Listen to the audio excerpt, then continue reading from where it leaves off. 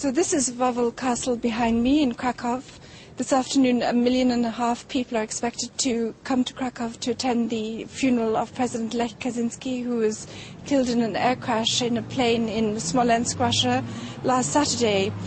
President Obama has cancelled the trip, allegedly because of a cloud of volcanic ash. You can see above Krakow the skies are completely clear.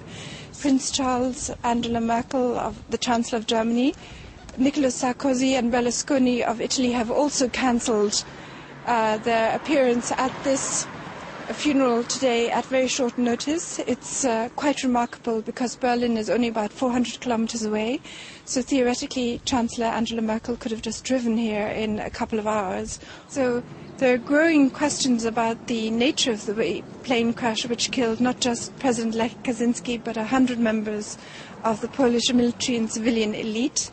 Many people are questioning whether it was really an accident here in Poland. They believe they will never get to the bottom of the investigation completely because the forensic evidence has been gathered by the Russian investigators and most of it has gone to Moscow together with the bodies of the people who are alleged to have died in this accident.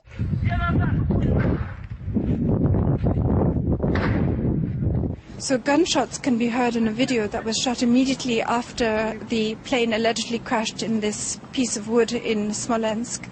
4 gunshots can be heard from a small caliber pistol. It has been speculated that members of a military group, went among the survivors and were actually shooting them to make sure there were no witnesses to a crash. This videotape is now being examined by the Polish state prosecutor.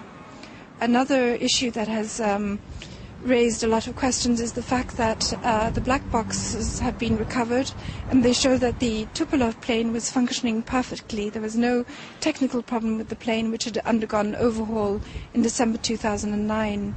It has emerged that this Tupolev plane had a special system to ensure that pilots were warned if they ever approached a dangerous obstacle or came too close to the ground, the terrain awareness warning system.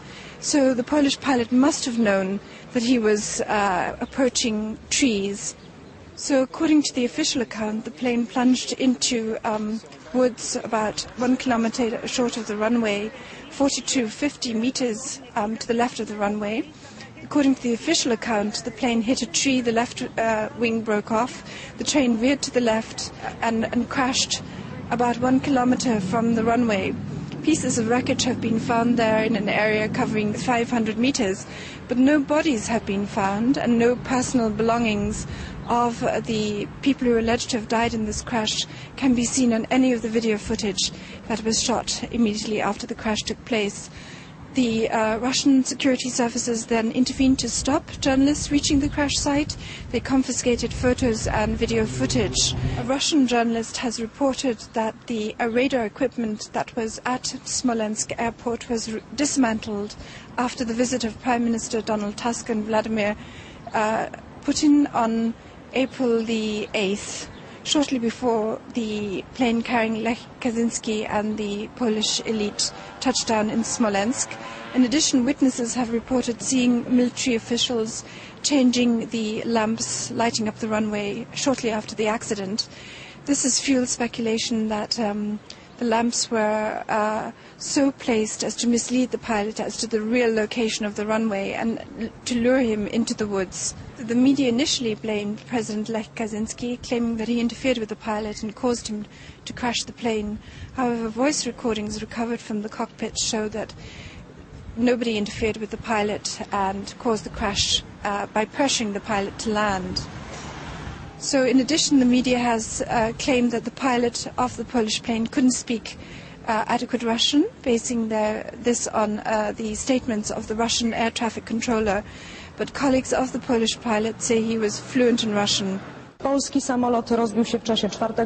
podejścia do lądowania. At the very beginning we were told by the media that the Polish plane had tried to land 4 times in Smolensk because of dense fog, but in the meantime it has materialized that the plane only attempted to land 1 time and that it crashed on that attempt.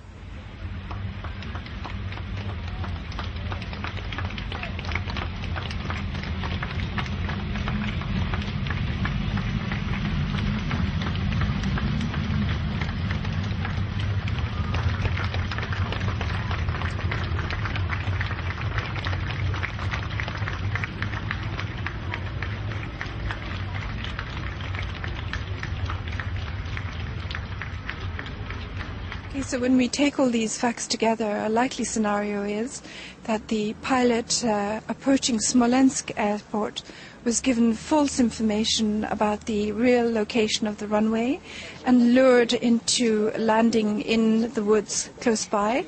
An explosion could have torn away the left wing of the plane as the pilot was descending to land. When the plane crashed in that part of the woods, a small group of individuals could have gone through, killing the crew on board.